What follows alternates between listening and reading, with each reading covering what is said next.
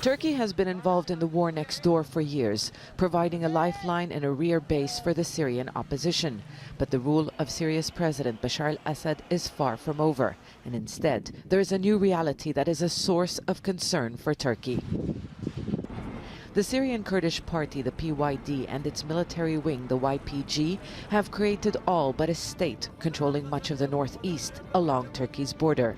And Turkey considers the group an offshoot of the PKK, which is in conflict with its security forces. The government is now proposing a roadmap to solve the Syrian crisis, and it made clear where its priorities are. Syria's territorial integrity will have to be protected. All citizens of Syria, Arab, Kurd, Nusayri, Shia, Sunni, they will have control of the future. That means there should be a non-sectarian administration. There is no such thing to give the West to someone, the East to another, the North to the Kurds.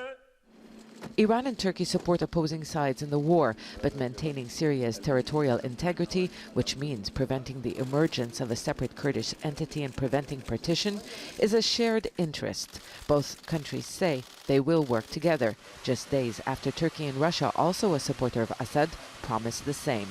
Turkey's government realizes that its Western allies are not focusing on ousting Assad and instead are focused on the fight against ISIL. It's not just that. The U.S. has ignored Turkey's demand to stop supporting the YPG. Turkey is now reaching out to regional powers after what some called a failed policy. And they now say Iran and Russia can no longer be ignored. They insist this is not a U-turn in policy, but a realization by all stakeholders in Syria that compromises need to be made. Iran and Russia are more closer to the idea that it is no more possible to continue with Assad. It is not sustainable because they cannot defeat the opposition. They can never defeat and they can never eliminate the opposition. The opposition cannot defeat Russia and Iran.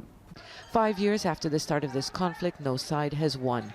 Turkey continues to insist Assad cannot stay in power. What officials are less clear about is whether they would oppose any role for the Syrian president in a transitional period. But what is clear is that the government's political calculation has changed. Zeina, Khodr, Jazeera, Ankara.